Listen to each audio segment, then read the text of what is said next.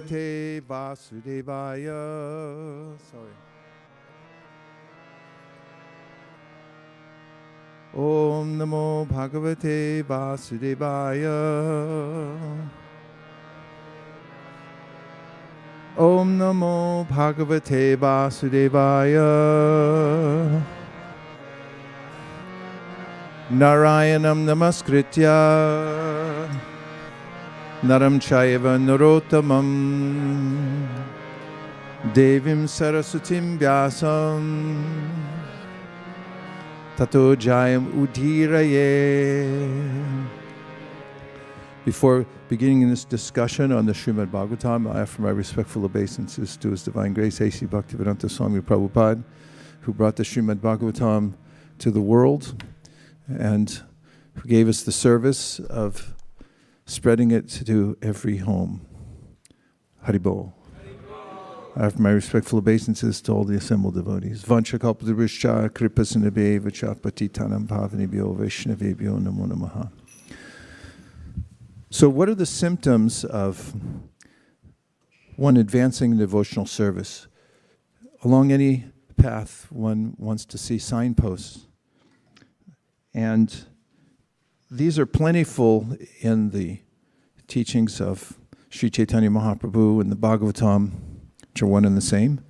And also the teachings have been continued by the great acharyas, giving us the symptoms of devotional service at its various stages. I'll mention briefly that in the book Madhurya Kadambini, which I happen to be holding in my hands right now, Srila Vishwanath Chakravarti Thakur gives us a step-by-step understanding of levels of advancement, or rather he defines the various levels of advancement in devotional service. And the first is called Shraddha, which means that one develops a sense that one appreciates devotional service. And this may come in the form of someone seeing the devotees, seeing Krishna somewhere in a picture, and then thinking, oh, this is really nice. There's a description in the Bhagavad Gita in the 6th chapter where Krishna says that because of one's purva samskars, or previous impressions in devotional service in a past life or lives, that in the next life one naturally becomes attracted. Without seeking it, one suddenly becomes attracted, sympathetic towards devotees and their cause and so forth, even though in the beginning they may not know exactly what it is.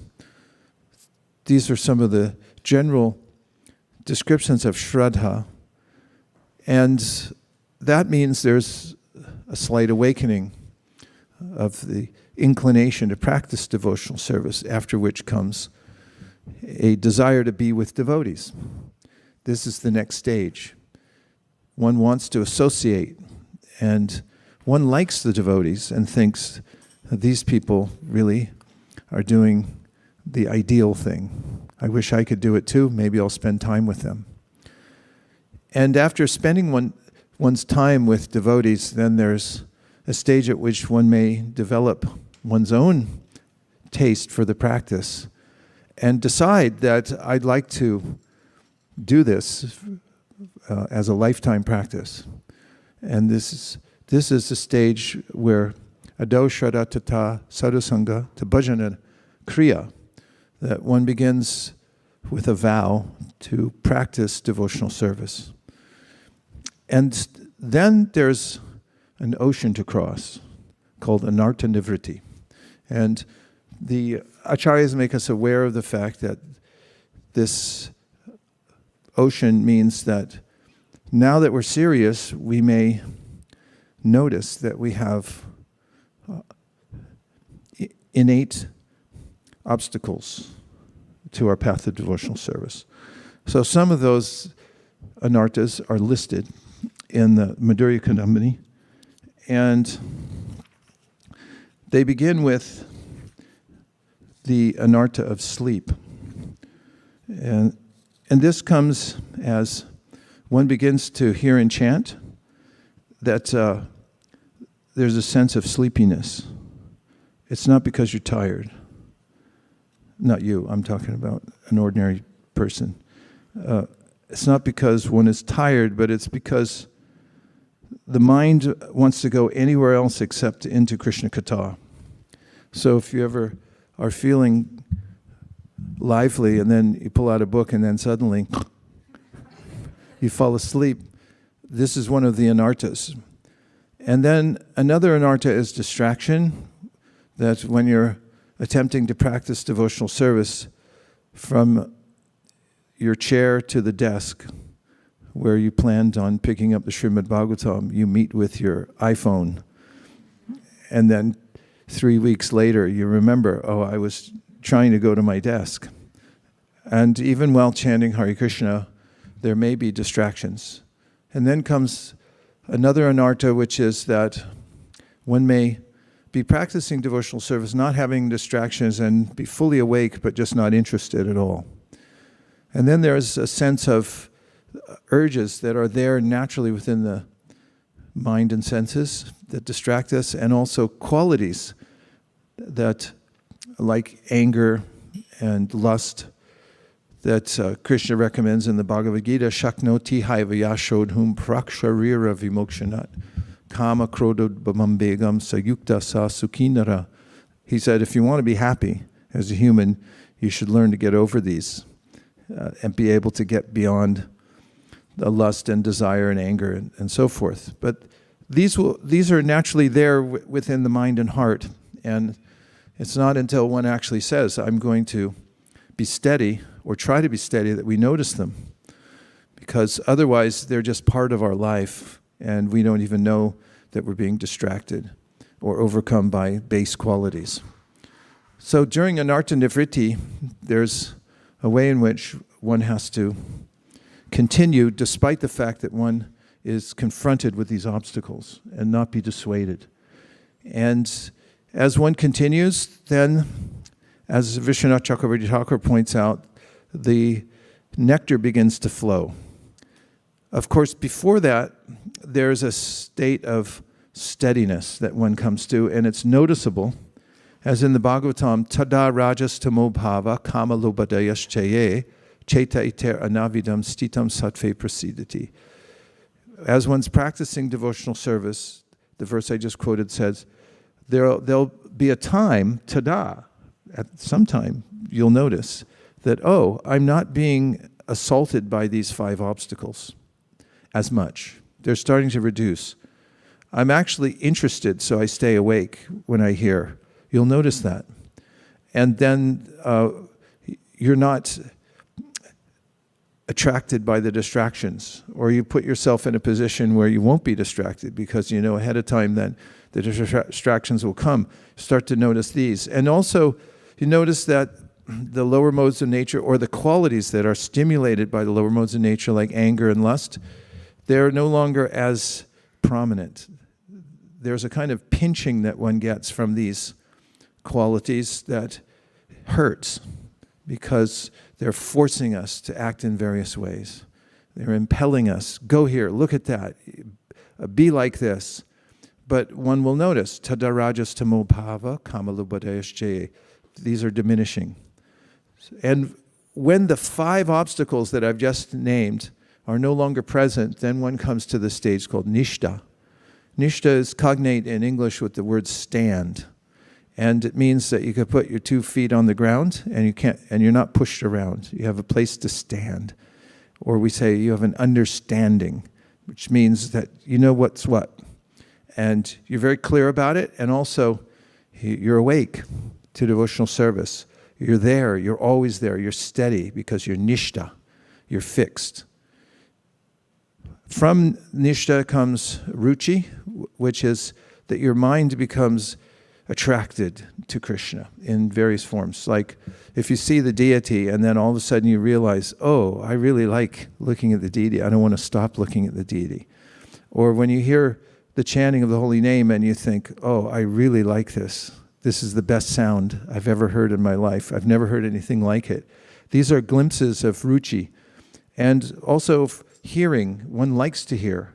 one wants to show up when the hearing is taking place, and then chanting. All of these become nectarian, because there's nectar that starts to flow. The nectar is always there, but I'm blocking it because of my own existential situation and the coverings that I've taken on. I've acquired them over time. Then after ruchi comes asakti. Asakti means exclusive attachment. This is really important because, as we were talking this morning, you have to marry your mantra. In order to come to the perfection of devotional service, one has to come to this point where the only thing that matters to me is attaining the goal. And this is what asakti means, which means that one is fully dedicated and completely attached to Krishna, to the exclusion of other things. Although one may work in the world, one has to pull one's mind away from the world in order, one has to pull one's mind away from devotional service in order to attend to one's worldly duties, because one's so inextricably attached to devotional service. Whereas in ruchi, it's very easy to pull one's mind back to devotional service from the world. In asakti, it's very difficult to pull one's mind away from devotional service to attend to the world. And then comes bhava. Bhava means there's a point at which the heart melts, dhruta chitta, and then one begins to experience within the heart, it's like a movie theater. Coming to a theater near you, the pastimes of the Lord begin to manifest within the heart in such a way that one's relishing those flavors of the pastimes of the Lord within the heart. And after bhava thickens, it becomes prema. And there's not a plateau, but it eternally refines in prema and becomes more and more intense. One's love expands the way a beam of light, when you shine it into the sky, theoretically it expands forever, unlimitedly. Same thing with devotional service to Krishna and prema. So, let's talk just a little bit more about the symptoms of beginning devotional service. When one first takes to the process of devotional service, Shastra Prada, please take this book really quick. 5 seconds. 4, 3, 2, thank you. And find the section that talks about utsahanmayi. There are other symptoms in the very beginning of devotional service that we'll probably benefit from hearing about. Thank you, less than 5 seconds. And the first is called utsahanmayi. That utsaha means, as you know, enthusiasm. Mayi means to be full of something. So one becomes full of beginner's enthusiasm. And this is symptomized by one taking devotional service and then feeling like, I'm already there. Because there is a sense of complete relief once one decides that I want to be in devotional service. And there's also a rush that one gets of taste. And sometimes even a free sample that Krishna gives, that here's what it feels like to be in devotional service. One may have some intense experiences. And then one may say that I'm a pure devotee already. In fact, this phenomena was so pervasive. In the early days, we used to call it the pure devotee syndrome. Somebody would join in after a couple of weeks, and they'd be a pure devotee until they realized they weren't. Because oftentimes that early enthusiasm, it wanes. Just like with playing the piano. Somebody gets a few piano lessons and notices, like, I'm pretty good at this. And it's not only pretty good, I'm a master. And then one actually hears a real master play and then realizes, oh, I don't know anything. That's a stage in many disciplines. And the next is that one may have a taste, and then the taste goes away. Ganatarala means thick and thin. Vyuta vikalpa means that one's mind fluctuates. One thinks, oh, I'm going to just dedicate my life to devotional service, and then a week later say, I think I'm going to start a business and make money first. And back and forth, there's this way, how I get adjusted to the world and my love for devotional service. Yes, but the world's calling to me. Ganatarala. And niyamakshama. The devotee makes a vow. From today I will chant such and such number of rounds and will pay so many obeisances. I'll also perform services for the devotees. I won't talk about anything except the Lord. I'll give up all association with people who talk gossip. Though the devotee makes such resolutions every day, he is not always able to carry them out. This is called niyamakshama, or inability to follow rules. And finally, tarangarangani. It's that when one does take to devotional service, one becomes attractive. It's what everyone's looking for, actually, the effulgence one gets by dedicating oneself to devotional service. And then people will come forward and say, oh, you're very great, and here's a gift, and thank you for walking the earth. And then one might think, wow, I am pretty great. And this is a way in which one may block one's advancement in devotional service. At some period, one think, oh, well, this fulfills all my desires because I actually wanted to be a great person. So Srila Bhaktisiddhanta Saraswati Thakur used to say, don't try to be a great devotee, just be a good devotee. Stay out of the great realm, because that's dangerous. And it's hard to resist for a neophyte that somebody comes and says, you're great. And he's like, yeah, not really. He's like, well, maybe I am. So this is a danger. So he mentions these different psychological states. Now over to the Bhagavad Gita, we find that Arjuna wants to know a little bit more about Nishta. So just as a cursory study in the Bhagavad Gita, in the second chapter, Arjuna said, so what's the symptoms? Because that's what we're talking about today. How do we identify where we are in devotional service? How can we examine ourselves and see the symptoms? And so Arjuna says to Krishna, tell me, please, what are the symptoms of somebody who's advancing in devotional service? So Krishna first says, Prajahati yada kaman sarvan partamanogatan atmanyevatmanatushta stita pragnasta dochite. A person who is fixed in consciousness is no longer obligated to chase after the various pushings of the mind. The mind's always suggesting something. You pick up your bead bag and it says, oh, you need something on Amazon Prime right now. And then I have to chase it. Or myriad other kinds of impulses and desires. A devotee who's fixed in consciousness, has attained nishta, isn't obligated to chase them, because atmanyevatmanatushta, the devotee's feeling satisfaction. And when we feel satisfaction, we feel, I don't want to go anywhere else. And I have enough right now where I am. No need to chase anything else. And this is a stage to aspire to look for. How can I get steadiness in devotional service? 2 feet on the ground, not being pushed around by material desires. So, in the Bhagavatam, it's described, and I say it's because I forget exactly who said this, but that there's 2 people who are actually happy in this world. The fool and the Paramahamsa. Everybody else in between is miserable. So, live with it. So here's the idea. The fool doesn't know that he's unhappy. The fool is in so much ignorance that he thinks this is great. Ignorance is bliss, right? So he's satisfied. Krishna mentions various kinds of people covered by ignorance. Namam duskrituna muda prapadyante naradama maya pritagyana asuram bhavamashrita. So 4 kinds of people with a deluded mentality, and some of them just feel that working hard all day long, getting a paycheck, and then watching a little TV, having a TV dinner. Do they still have those?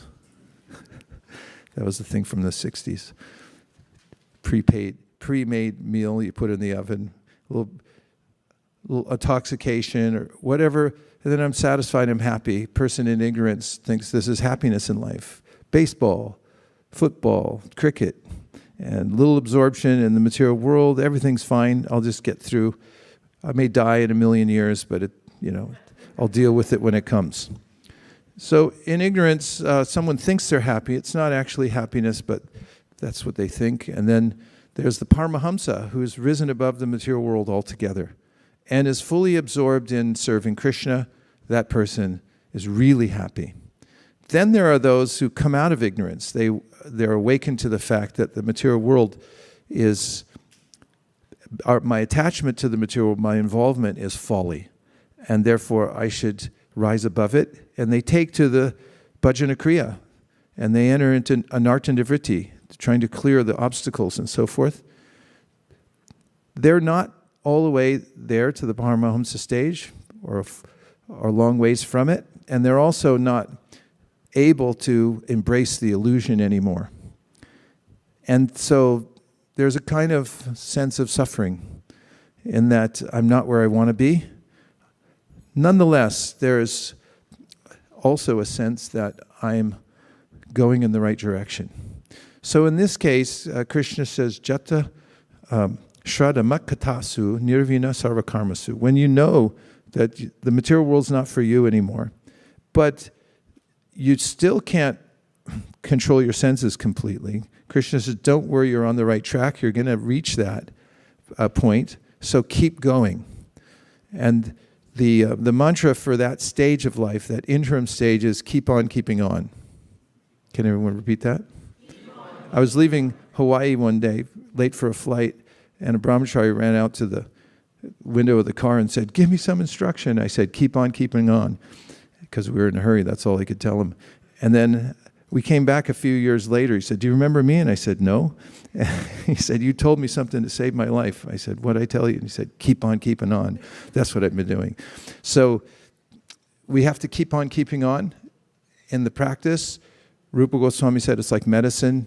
It won't taste sweet at first, so do it as duty. Do it as taking medicine, and then you'll gradually come to the point where you'll feel that, oh, this is where all the nectar is. I don't want to be anywhere else. So, throughout the Srimad Bhagavatam, we find examples of people who are completely liberated. What does that look like? What are their symptoms? Well, there are various symptoms, but looking at the personalities is nice because we can see the unusual qualities of people who are liberated. That's what we get in the Srimad Bhagavatam. An exposition of these. So these are some of my heroes from the Bhagavatam, if I may. And the first one is Jad Bharat. So one of the ways you can know that you're completely liberated, I'll point out, from 5:9:11.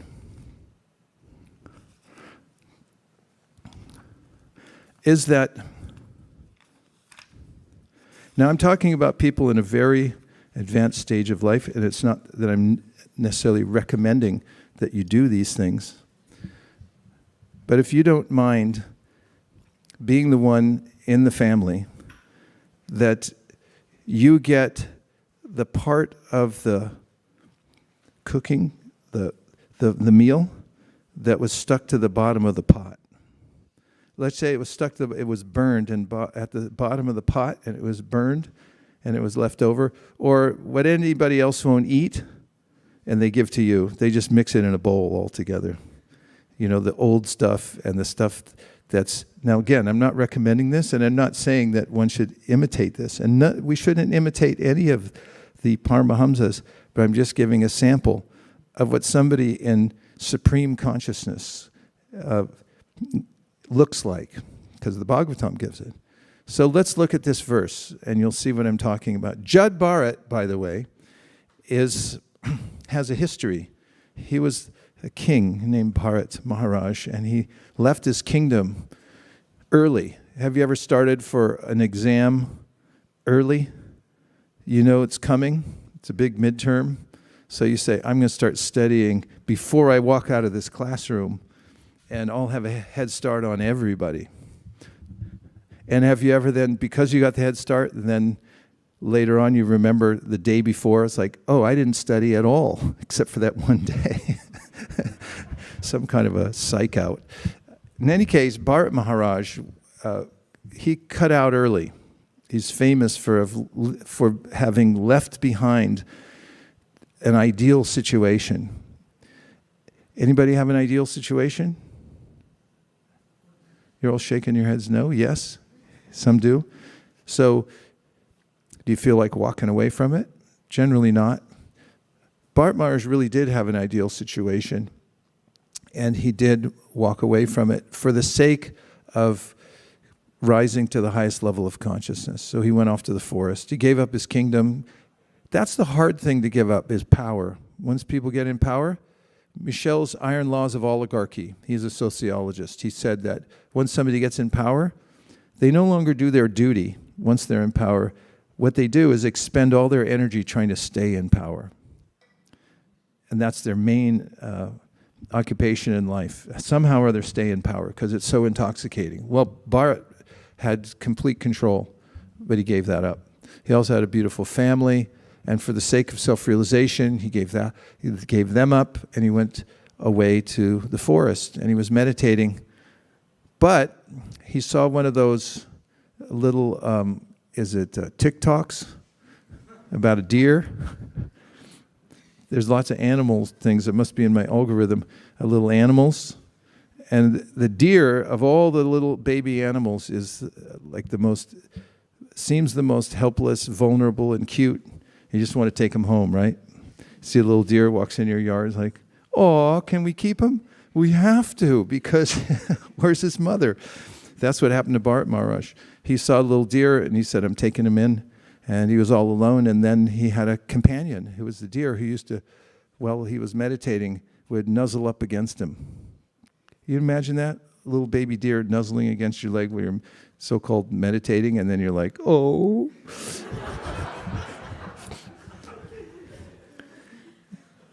Although he was going through the motions of his practice, his mind was gone. He lost it completely. And when he passed away, as we just read in the 8th chapter of the Bhagavad Gita, the culmination of your consciousness, or what you're most absorbed in when you leave the world, is how material nature accommodates you for your next life. So by Krishna's arrangement, because he was such an advanced and dear devotee, he got the body of a deer.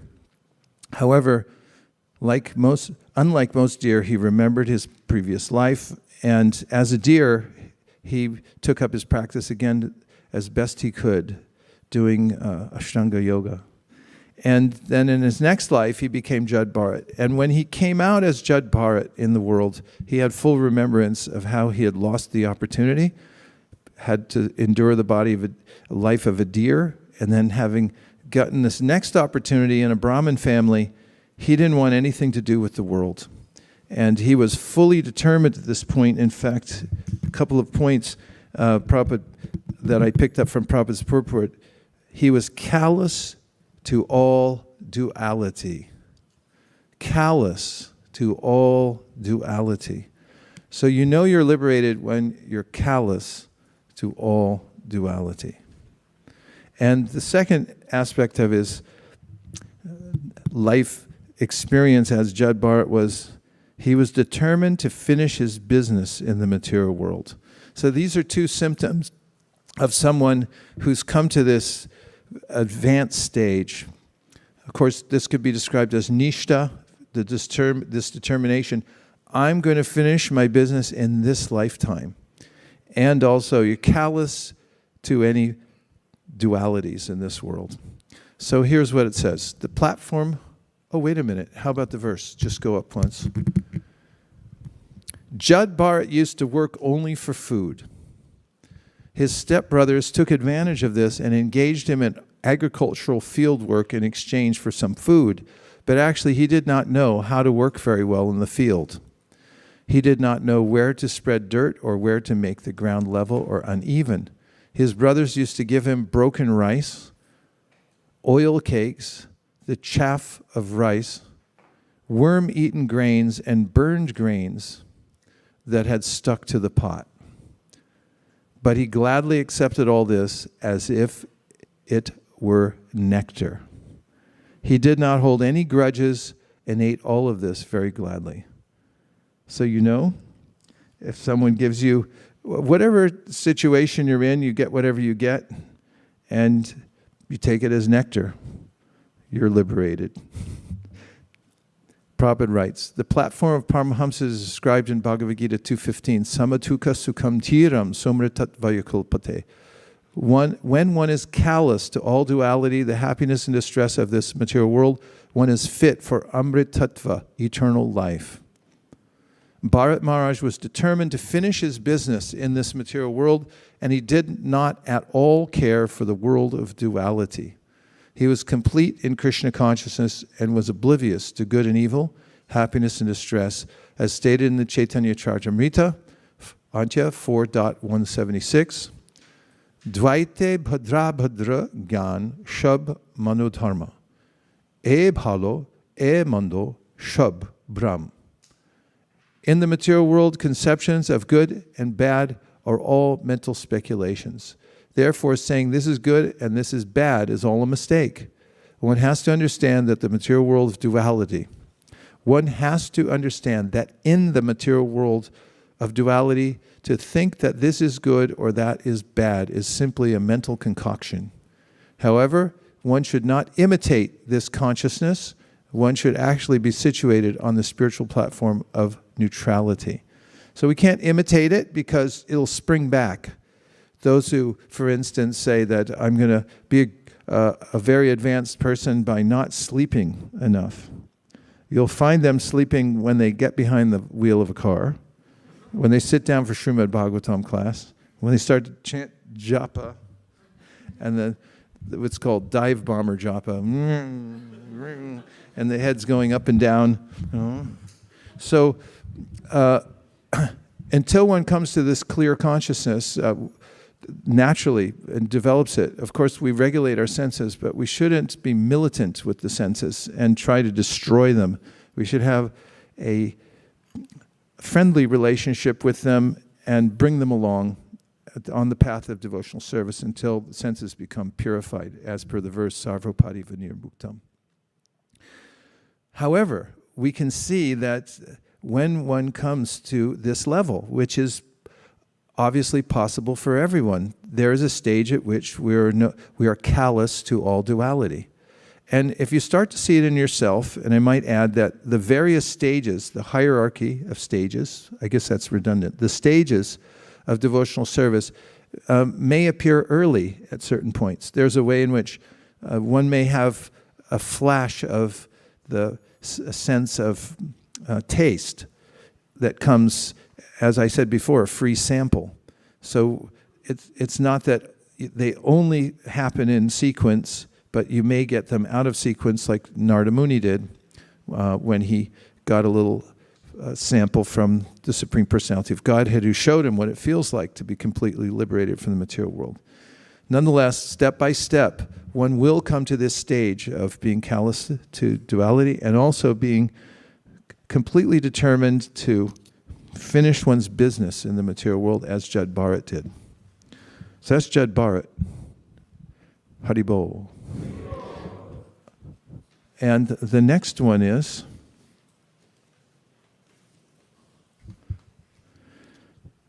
another of my all-time favorites, great hero, Didichi. Didichi Muni was asked for a donation. What was that donation? They needed his bones. So this is at 6:10:1. And here's the description. Shukadeva Goswami said, after instructing Indra in this way, the Supreme Personality of Godhead, Hari, the cause of the cosmic manifestation, then and there disappeared from the presence of the onlooking demigods. Is everyone okay? Do you have enough oxygen? Oxygen level is low.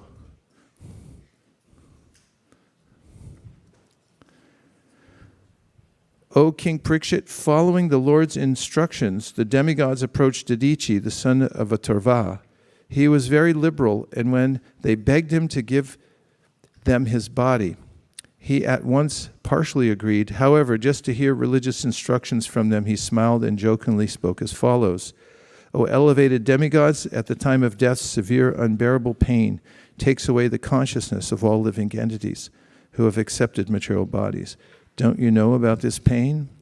In this material world, every living entity is very much addicted to his material body. Struggling to keep the body forever, everyone tries to protect it by all means, even at the sacrifice of all his possessions. Therefore, who would be prepared to deliver his body to anyone, even if it were demanded by Lord Vishnu? Good question to ask yourself. The demigods replied, O exalted Brahmana, pious persons like you, whose activities are praiseworthy, are very kind and affectionate to people in general. What can't such pious souls give for the benefit of others? They can give everything, including their bodies. Those who are too self-interested beg something from others, not knowing of others' pain. But if the beggar knew the difficulty of the giver, he would not ask for anything. Similarly, he who is able to give charity does not know the beggar's difficulty, for otherwise he would not refuse to give the beggar anything he might want as charity. The great sage Dadichi said, just to hear from you about religious principles, I refuse to offer my body at your request. Now, although my body is extremely dear to me, I must give it up for your better purposes, since I know that it will leave me today or tomorrow. O demigods, one who has no compassion for humanity in its suffering and does not sacrifice his impermanent body for the higher causes of religious principles or eternal glory is certainly pitied even by immovable beings. If one is unhappy to see the distress of other living beings and happy to see their happiness, his religious principles are appreciated as imperishable by exalted persons who are considered pious and benevolent. This body, which is eatable by jackals and dogs after death, does not actually do any good for me, the spirit soul. It is usable only for a short time and may perish at any moment. The body and its possessions, its riches and relatives must all be engaged for the benefit of others, or else they will become sources of tribulation and misery. Shukadeva Goswami said, Dadichi Muni, the son of Atharva, thus resolved to give his body to the service of the demigods. He placed himself, the spirit soul, at the lotus feet of the Supreme Personality of Godhead, and in this way gave up his gross material body made of 5 elements. Dadichi Muni ki. So if somebody comes and asks you a donation for your body, and you say those same things, you know you're liberated. The third person is Bali Maharaj, and the epitome of his mood is expressed in the Srimad Bhagavatam. Bali Maharaj was a great king and warrior. He and his armies had taken over the universe, and then Krishna came as a little dwarf named Vamana to take it all back from him. And at some point, he realized that this was the Supreme Personality of Godhead coming to take everything back. And his spiritual master was a fake spiritual master, Shukracharya, who was concerned that if you give up all of this, how am I going to get paid? So he told him, don't do it. But Bali Maharaj is famous for saying, well, if it's Vishnu asking, it's my duty, I have to give it. And Bali Maharaj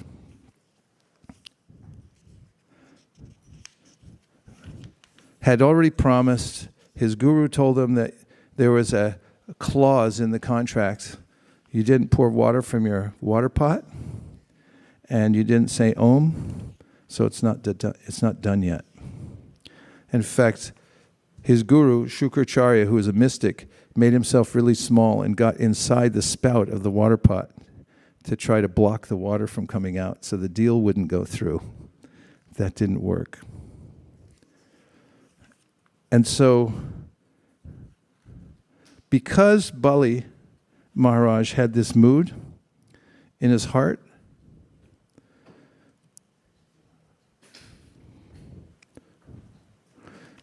Krishna noticed it, that he was ready to give up all his wealth and whatever he had acquired, and therefore Krishna is known as Bhavagrahi Janardana, which means he knows your mood of surrender. And in Bali's situation, at first, he couldn't offer his respects properly to the Supreme Lord because he was going on with his work as a demoniac king, and he was surrounded by all kinds of other demons. And he couldn't fully express himself, but he had that desire in his heart, and Krishna knew it, so he brought it out of him.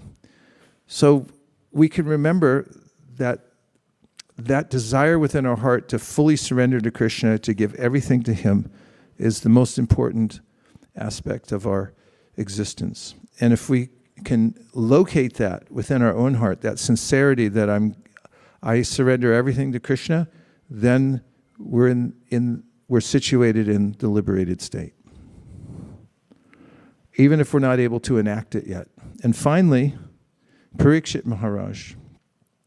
Parikshit was cursed by a Brahmin boy named Shringi. He had been out in the forest, if you'll indulge me just for one more minute, on an excursion of practicing his martial arts, and then he got really thirsty, uncharacteristically, because he was like a great yogi. He didn't normally get thirsty, but he got really thirsty. He went into the sage of Shamika Rishi, and he hoped, did the king, to get some water.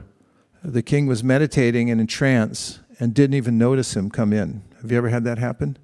Someone doesn't recognize you when you come in, and then you're like, don't they know who I am? And then he became indignant like that. So in anger, he went outside the hermitage, he picked up a dead snake, came back in, hung it around the neck of Shamika Rishi, and left. And it spread like wildfire through the forest that this had happened, that the king had insulted this sage. And so the son of Shamika Rishi, named Shringi, was playing nearby, heard about it, and became so angry. As a little kid, he then, with some brahmatejas, it's like the power of a Brahmin at that time, it was the last vestiges of that before Kali Yuga started. In fact, this marks the beginning of Kali Yuga. He cursed the king. He said, I curse him to die in 7 days. And there's a way in which speech can be highly effective. Like if you're a judge and you're in session in court and you tell somebody that they have to go to jail for 7 years, they're going to jail. In fact, they get locked up right there. Everyone just does it, and they put the person in jail. In a similar way, the Brahmanas at that time had this effective speech, and the son had inherited it also, being part of that culture. And he uttered that curse, and then the king heard about it. And he said, let the snake bird, which was the instrument of his death that the little boy had conjured, that there'll be a snake bird and it'll fly in and it'll bite him and he'll die. Let it come and bite me. I don't mind. I accept it. I accept the curse. And I just want to go on hearing and chanting about Krishna. Use my last 7 days. So this is one of the symptoms of somebody who's advanced that Sri Chaitanya Mahaprabhu points out. That's shantir. Shantir means forgiveness in your heart. Whatever happens, I let it go. And I'm going to read you a verse that's so shocking that you'll never be the same. And you may want to readjust everything in your life so that you're more intensely practicing devotional service. And if that doesn't appeal to you, then please cover your ears, because I'm about to read it. Everyone okay? This is from 1848. How tolerant is somebody who's liberated from duality and who's attracted to Krishna, you ask? You'd like to know? Here's how tolerant. The devotees of the Lord are so forbearing that even though they are defamed, cheated, cursed, disturbed, neglected, or even killed, they are never inclined to avenge themselves. You want to hear it again? Yes. Then it means you're on the path of liberation. You're already liberated. The devotees of the Lord are so forbearing that even though they are defamed, cheated, cursed, disturbed, neglected, or even killed, they are never inclined to avenge themselves. These are just a few samples from the Srimad Bhagavatam about those who are in liberated stage of consciousness. We also discussed in a very summary fashion the beginning symptoms, the progression of symptoms that one develops when one progresses in the path to devotional service. And now we'll take a few reflections or questions about this. Yes, Prabhu. 1, 2. And we have some microphones. Thank you. Thank you, Maharaj. It's very encouraging to hear about these stages. So, Maharaj, I had 2 questions about the stages. One is, you were mentioning in the context of Utsahanmai, in the context of Utsahanmai, were you trying to suggest that as years pass by in Krishna consciousness, we should try to evoke in ourselves that feeling of being new and the associated enthusiasm? No, I didn't say that, or try to indicate it, but I think it's a good idea. The specific meaning of Utsahamai in this context is that one doesn't have a real sense of where one is. And you just get so overwhelmed with your new life, your new trappings and association that you think, like, I'm already there, I'm liberated. And so enthusiastic that the others are saying, like, save a little bit of that for a rainy day also, because those are going to come as well. Thank you, Maharaj. Yeah, but it's always good to keep a beginner's mindset that I'm just starting. We should always feel like that. We need a microphone from Vaisesika. Hare Krishna, Guru Maharaj.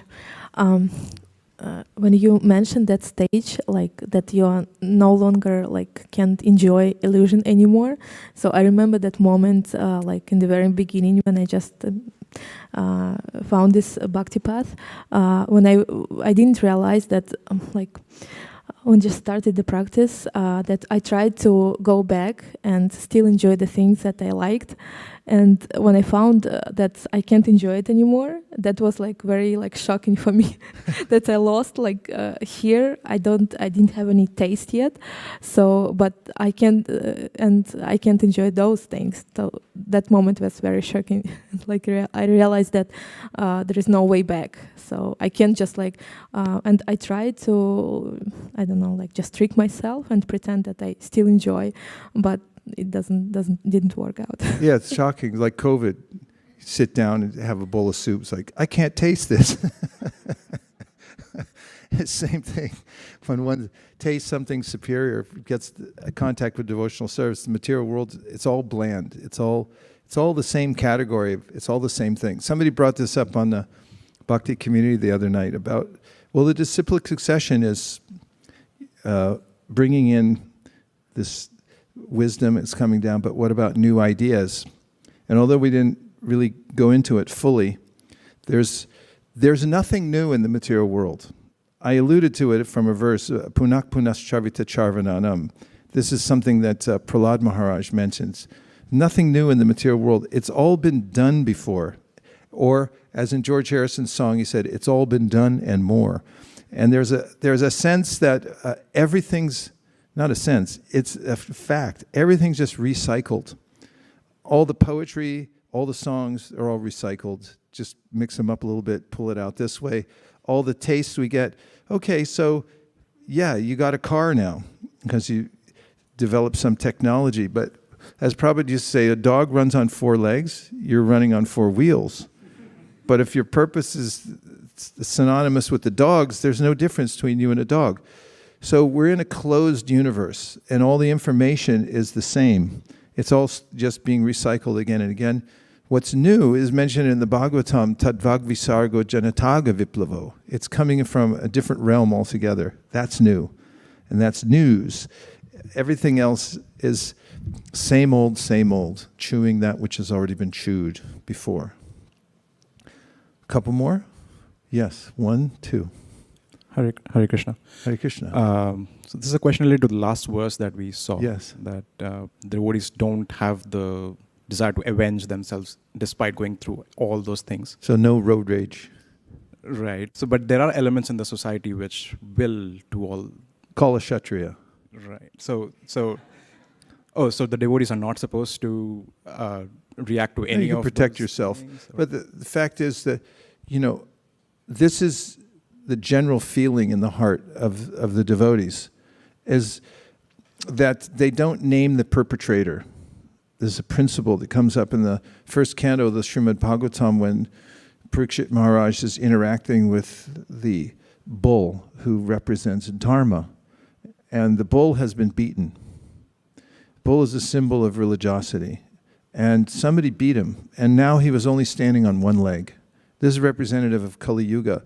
There's a little semblance of truth, which may have been washed away pretty thoroughly recently in society. And all the other religious principles have been obliterated. Bull was beaten, as I just said, for the third time. And then he says, who did this to you? And he wouldn't name a perpetrator. Because when one names the perpetrator and says, he did it to me, then you become complicit. Complicit means that it's not like in a fight at home, two kids are fighting. It's not who started it, because they all try to say that, right? It's like he started it. It's who's involved that counts. And so we don't get involved in naming the perpetrator and trying to reverse it. Nonetheless, there are plenty of verses which indicate that one must do everything one can to protect oneself and one's loved ones. For instance, when Devaki was coming home on her wedding day with Vasudeva and Kamsa driving the chariot, that was the brother of Devaki, and he heard a prophecy, did Kamsa, from the devas, from the demigods in the sky, that said, you're a fool because the eighth son is going to kill you and of your sisters. So then he immediately stopped the chariot, picked up his sword, grabbed the hair of his sister, and he was about to decapitate her because that was his nature. And then Vasudeva dissuades him from doing so using various arguments. And in that section, it's mentioned that it's the duty of every person to try to stay alive as long as possible. So it's not that we remain unprotected or we put ourselves in precarious situations or that we suffer the trespasses of others willingly, but it's an overall mood that this is happening somehow by the Lord's mercy. Tenu kampam samikshamanu bunjana evatma kritam vipakam. Whatever comes to me is coming as a merciful situation from the Supreme Personality of Godhead. So you may try to protect yourself. And Prahlad Maharaj brings this up also in his prayers. Famous, Valasyaneha sharanam pitaro nashingha nartasya chagamanudhanvati majato now. Said a boat on water can't save a drowning man, the doctor can't save the patient, and the parents can't actually protect their children unless there's higher sanction. Because we see all the time, doctors give medicine. Does it always work? Do you get the opposite sometimes? And what about the best laid plans for saving people on the ocean with an extra boat? If we have to go back in history, we could remember the Titanic. And, it was a perfect boat, it was unsinkable, and it sank on its maiden voyage. And then parents are always trying to protect their children, but does it always work? No. So there's a higher force at play, and the devotees are cognizant of that always. Did I help balance it a little bit? It's a little bit of a shocking verse, but it expresses the mood of the heart of the devotees, is they don't take it personally. They're taking it as some kind of mercy, even in adversity. Okay, Prabhu, Navina in the back.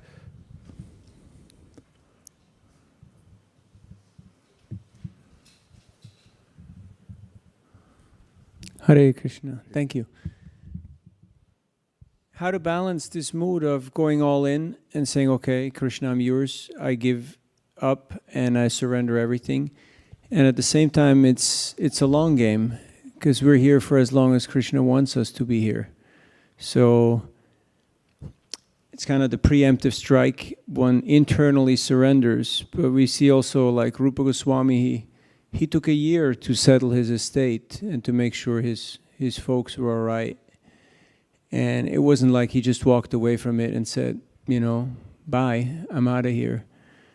So there might also be that utsaha mai of, I'm fully surrendered now.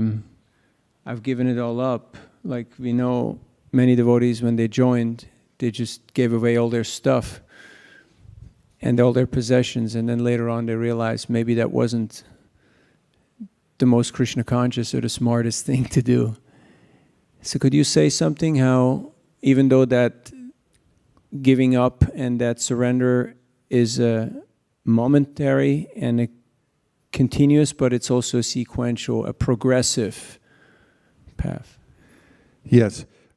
In the Srimad Bhagavatam 11th canto, Krishna says, Sve sve adhikarya nishta saguna parikirtita viparyo dosha syad ubayor eva nishtaya. It's a fixed principle that one should act according to one's adhikari. That is, that you're at a certain level, how should you act? According to the level you're at now. And what does Krishna say about that? He said, that's good. It's a guna, or a good quality, that you know where you are and you're able to act properly. Don't try to be somebody else. All the other positions are taken already. Just be yourself and act according to what you can do right now in this position. And don't feel that you have to compare yourself to others, other devotees, paramahamsas, because water seeks its own level and you're going to end up in a certain situation anyway. Having to deal with various stages of life is very beneficial, actually. To go through and deal responsibly with your station in life, as you are in every era of your life, while still applying the principles of Krishna consciousness. It's described in the Sri Upanishad, Vidyam cha vidyam chayas tadvedo bayam saha avidyayam ratum tirtva vidyayam ratum ashnute. It says, when these are juxtaposed, that is, your obligatory life caused by the momentum from your previous life, you ended up in a certain family and you have certain proclivities and obligations to fulfill. And at the same time, you're taking your devotional service. When you practice these side by side, it said this is the way to actually make complete success of your life. Because the two have to go together. And you can't neglect the fact that you're in a body and you have to deal with your circumstances.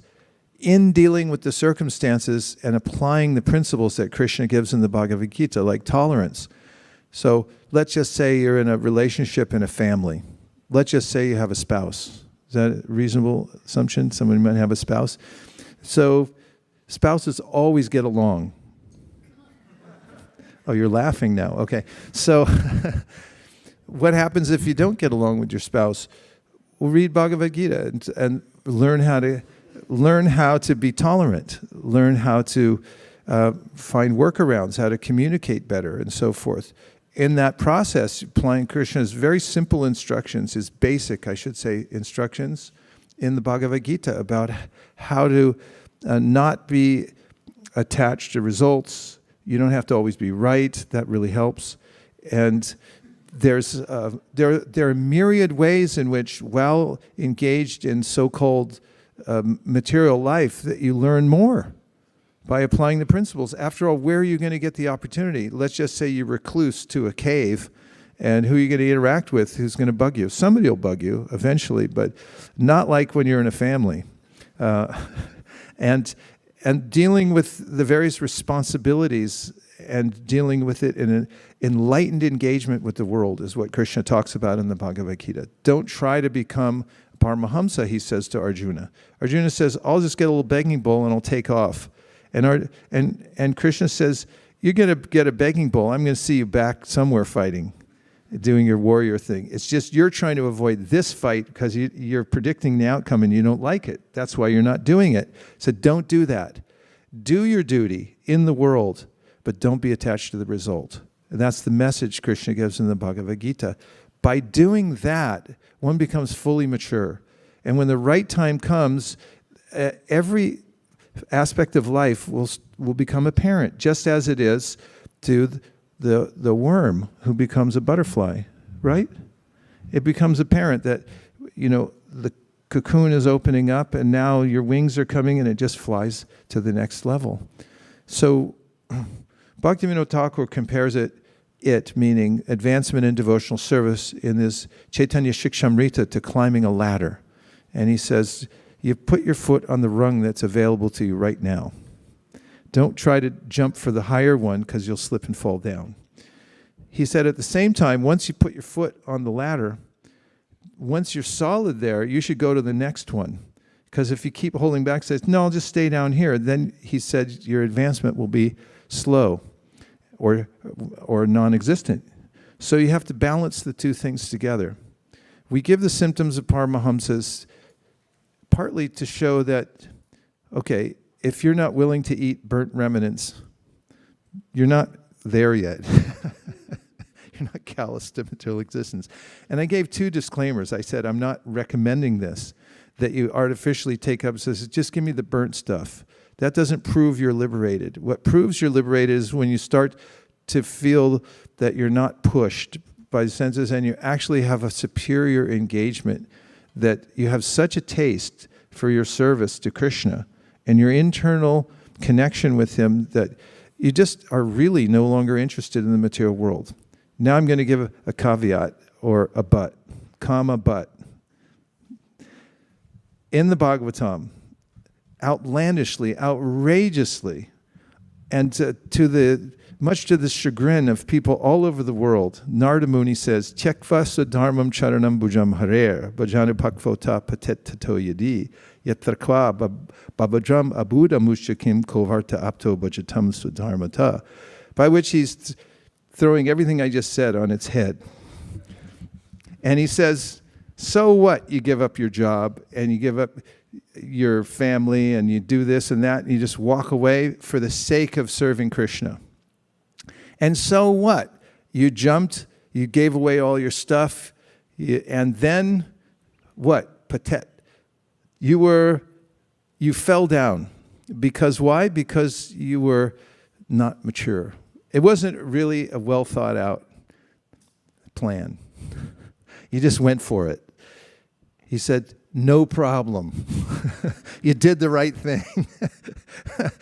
Because devotional service is so important and it's so auspicious that even if you did it immaturely, but you jumped for it and you said, I'm going to do this, even if it was utsahamai and you went for it, he said, that counts on your record. You're the guy who went for it. So what? You had to come back. You're still, that's better, he says, than you got your whole material life together. You learned how to invest properly. You've made millions of dollars, 401k, perfect. Check all the boxes. My kids, they got a PhD at 10, and everyone in the family, no cavities, everything's good. He says, so what? That doesn't mean anything. That's his mood in the verse. So you have to balance the two together, as Prabhu is saying, because Naveen is a mature devotee. He's been around. He's seen a lot of stuff. And, when you're around for a long time, you live your life in Krishna consciousness, that whatever happens to you, if you stay in the process, it adds up to like compost. Anything that you think is like a throwaway, you put it in the bin, it's like, wow, this stuff is valuable. This is nourishing to my bhakti garden. You can pull it out and use it. And unless you fight the war of life and go through all the little battles and try to apply the principles of Krishna consciousness as you go, then you never actually become mature. You have to fight for it. And so what today's class is about is showing that there's a spectrum. And Navina Prabhu's point is so important that you can't jump the spectrum unless Krishna comes and gets you. And if he does, you better be ready. Because he could come down and say, like, right now. And you're like, not right now. On account of, I still have my job. And, we can see this in ourselves. What if Krishna wants to come and get you right now? And you just say like, yeah, but I still have a few things. So we try to divest ourselves of these things so that Krishna can take us at any time. Just be ready. Life's a preparation. Is that okay, Navina Prabhu? Hare Krishna. Hare Bol. That's for the question. For the question. Okay. A couple more. Yes. 1, 2. Hare Krishna, Guru Maharaj. So you mentioned that as a part of our devotional lives, Anartha Nivritti is a vast ocean to cross. And what I wanted to ask was, a part of this big ocean is anger, at least for me. I feel like it's extremely difficult to overcome anger. And part of why it's so hard is because it's the impulse. It's in the moment. I might think like, oh, I won't get angry, but then something happens and then it just comes so fast. I don't know what happened. So how can we remain steady and in those moments where you feel so impulsive, what can we do? Be prepared ahead of time. It's like when people learn how to communicate with their loved ones. It requires a little dexterity to communicate. For instance, if you live with somebody for a long period of time and there's a sense that you have to cooperate, and everybody's senses are a little bit different. They're tuned differently. So you're in the same environment. Some people eat differently than you do, like they chew differently than you do. They sleep differently. There's all these different opportunities for some kind of discord. And so one of the ways in which somebody who's an astute counselor would talk to, for instance, a couple who lives together, is to point out to them that there are tools so that when something comes up, here's what you do. And you have to practice for it. So that, let's just say there's a disagreement. So how do you deal with a disagreement? There are different ways to do that. One is just to say, look we're either doing it my way or we're not doing it at all. That's called an ultimatum. And in my experience, ultimatums in business, in service, in relationships are not the most effective way to get what you want. In fact, usually you don't get what you want when you make an ultimatum, because what happens is, well, to use a cliche, you paint yourself into a corner, which is kind of a funny thing. If you ever see a cartoon and somebody's painting on the floor, and they get all the way to the corner, wet paint everywhere, and there's only that little patch left that they're standing on, and then they can't get out of the room. They got to wait till the paint dries, right? So when you make an ultimatum, then you got to wait till everything settles down or the person capitulates, which never happens. So don't do it. So this is advice, and if you get this practical advice, don't make ultimatums, then you'll realize this is one of the impulses of anger. It comes up, you say, ultimatum, make an ultimatum, this will fix it. So, no, it won't. Find a workaround instead. Are there workarounds? Yeah, there's plenty of ways to work around. And one of the ways is if somebody says something that really irritates you, instead of reacting to it, then repeat it back to them and try to get clarification. So if I understand you correctly, this is what you're saying. Is this what you're saying? I'm just giving you an example, because whoever's asking the questions is getting clarity. Because a question mark is like a little tennis racket. Somebody hits you something you don't like, or you can't understand. Not that you don't like it necessarily, you may not like it, but if you don't understand it, you don't know how to answer it, you just gently knock it back into their court and say, look, could you tell me exactly what you mean by this? And then if they're reasonable, then they may say, this is what I mean. It's, oh, that's what you mean. So don't make it ultimatums. Try to clarify the situation before you take the route of anger. Anger is like fire. It's the Rudra principle. And once it starts, it ruins everything. It's like war. Prabhupada points this out in the Bhagavatam. He says, wars don't work because both sides get wrecked. He says, World War II, everybody got smashed. And, people killed everything. So if you realize that, and you know where I realized it, especially?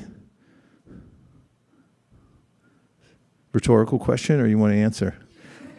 On Sankirtan, after so many years of approaching people who didn't ask to be approached, and finding that, some people would, say things to me. I won't go into the details of all the ways, all the interactions that I've had over time. Someday I will. After a lot of sweet rice, you can get it out of me. I was like, yeah, so...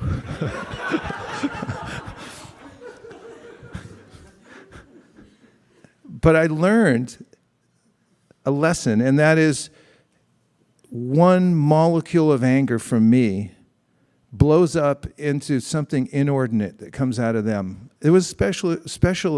It's a special forum being on Sankirtan, because Krishna puts it right before your eyes. They say, I put one molecule of anger, and what did I get back? A waterfall. They just kept coming. Flash flood, washed away. Kentucky, gone in 2 days. And that's what happens when you get angry. And if you realize that, you're able to read the Shastra and listen to Krishna's words. He says, don't act like that. Do it in another way. And you learn some tools. When it comes up, you go, oh, good, this is my... First, the urge comes up. And then you think, your intelligence takes over, and you think, oh, good, now I get a chance to practice. Watch this. Krishna, I'm going to do it. Here I go. And you feel so satisfied, and then you'll notice that the environment changes. The person that you're interacting with, they suddenly go, wait, what? You're not going to fight on this? What happened to you? And then they calm down too. The whole situation comes down. And you start to realize that, wow, Krishna's advice in the Bhagavad Gita works in commonplace things. It's not such a heady thing. It's for some yogi in the Himalayas. It's for us, for living our daily lives, interacting with people that we don't like how they chew. And so, this thing, when I was a kid, I didn't like the way my brother chewed. Would you stop it? Yeah, I'll stop this.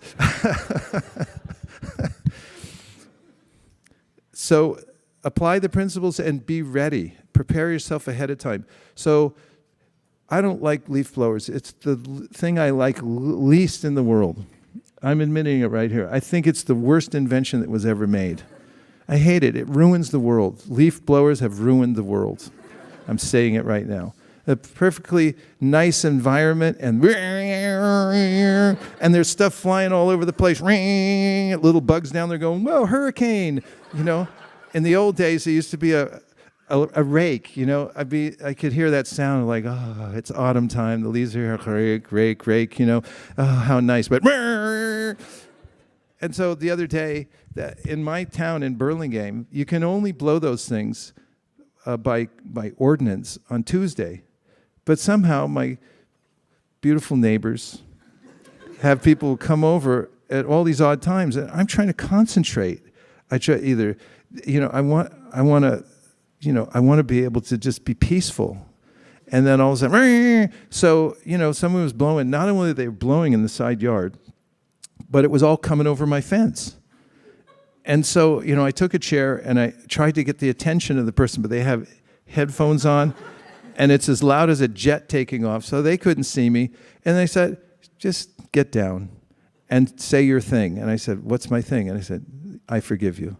I said, I forgive you. And I got down. And I put the chair back, and it was a garden chair, because I was sitting out there chanting, and I wanted to let them know it was the wrong day.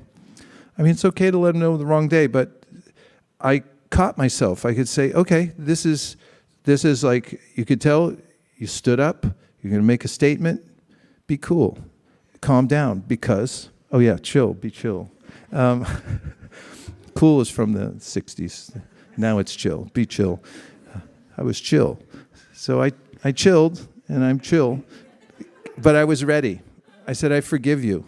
He couldn't hear me, but I could hear me, and Krishna could hear me. And he said, yeah, good little, trying to be a devotee person. So you can do that. Take it as your project. Write it as your top goal. Write your goals down. It's like how to be prepared when I get angry, because then it's in your mind. And when it comes up, then you're ready. And that's progress in life. It's really in the trenches progress. Go for it. Try it. I forgive you. Come on, with a little more, I forgive you, a little more feeling. I forgive you. Do it. See, keep practicing. Look in the mirror. Forgive yourself too. Because we get down on ourselves so much because we live with ourselves. And you're like, yeah, I know you. I've seen you around for many lifetimes. I know what you've been doing.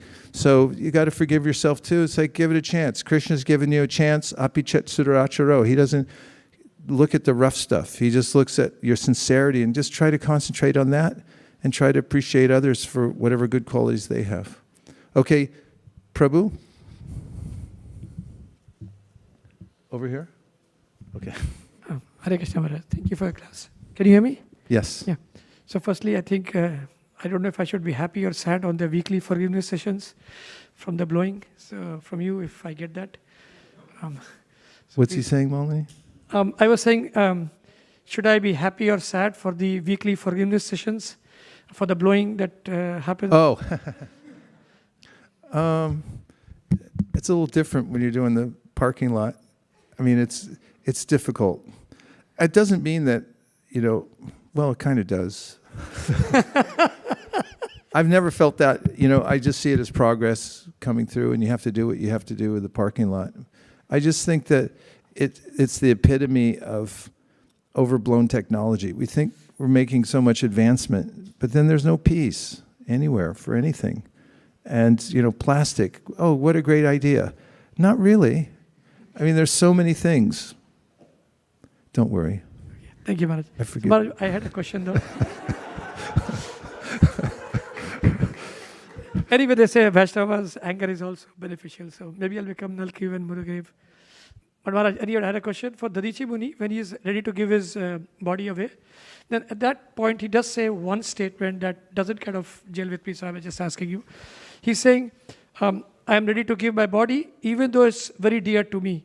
So a person of that level, when he's already played his game and given the opportunity for demigods to say what he's done, why does he say that? I mean, without that sentence also? Yeah, that's in the text actually. When Vishnu tells him to go ask Dadichi for his bones, he said, he's totally detached. He'll give it to you, but he's going to ask you some questions because he likes Atma Tattva Gyan. He likes this stuff. So he's going to engage you a little bit. Don't worry about it. He'll say, well, why? Just so you can preach to him because he loves to hear that. And that's why he did it. Because he just wanted to bring it up. Said, don't you know this is really hard? Meanwhile, he was fully ready to give over. So I got that part. But after that dialogue, after the conversation, when he finally says, now I give it, at that point he again says the fact that the body that is dear to me. So that part is not necessary. He's exemplifying a conditioned soul in the whole pastime. And he's just showing that the body is the most dear thing. Not to him. He's ready to give it up for the highest cause. But he's saying that that's the most dear thing that we have. Makes sense. Yeah. Thanks Maharaj. Yes, Jenna.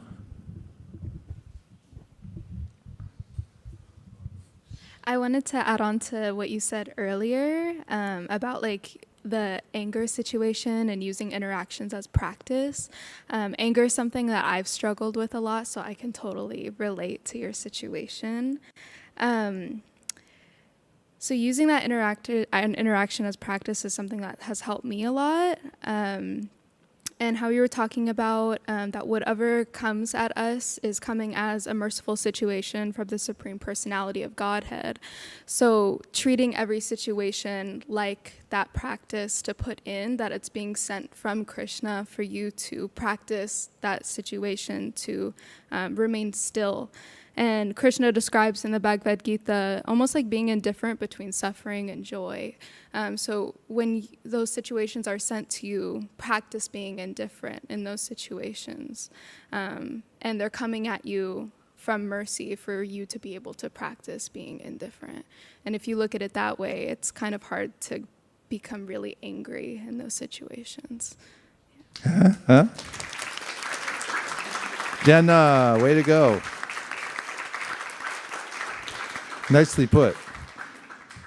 Well, we've done a little survey of some of the symptoms of devotional service, and there's more to be said, but it's helpful to examine ourselves, self-examination happens mostly at japa time. That's one of the reasons it's called swadhyaya. It's a time to look at yourself and see, how am I actually doing? Can I sit here? Am I interested in this? Am I struggling? And so forth. And then, of course, from that platform of being able to take time to actually examine oneself, then that will pervade one's day and week and month and life from that ongoing practice. And this is the way of making step-by-step gradual spiritual advancement. Om Tat Sat. Everyone okay? Yes. Better than okay, right? Yes. Okay. Well, you never go broke taking a profit. And if you take every day as an opportunity to add more to your spiritual bank account, especially by Shravanam Kirtanam, and go on a regular investment program, then you become wealthy spiritually. It's by the process that is recommended most by the Bhagavatam, Sri Chaitanya Mahaprabhu. So thanks everybody, because we're a community and we're as strong as our weakest link. And when we all come together and help one another become strong in spiritual life, and that includes helping one another through the various ups and downs that are inevitable in daily life, then we become fortified because we have help from all sides. Devotional service is a process of guidance and taking help from others. And we have to stay close to the fire in order to be able to withstand the freezing cold of the material world. Of course, I could have used it the opposite way nowadays because of global warming.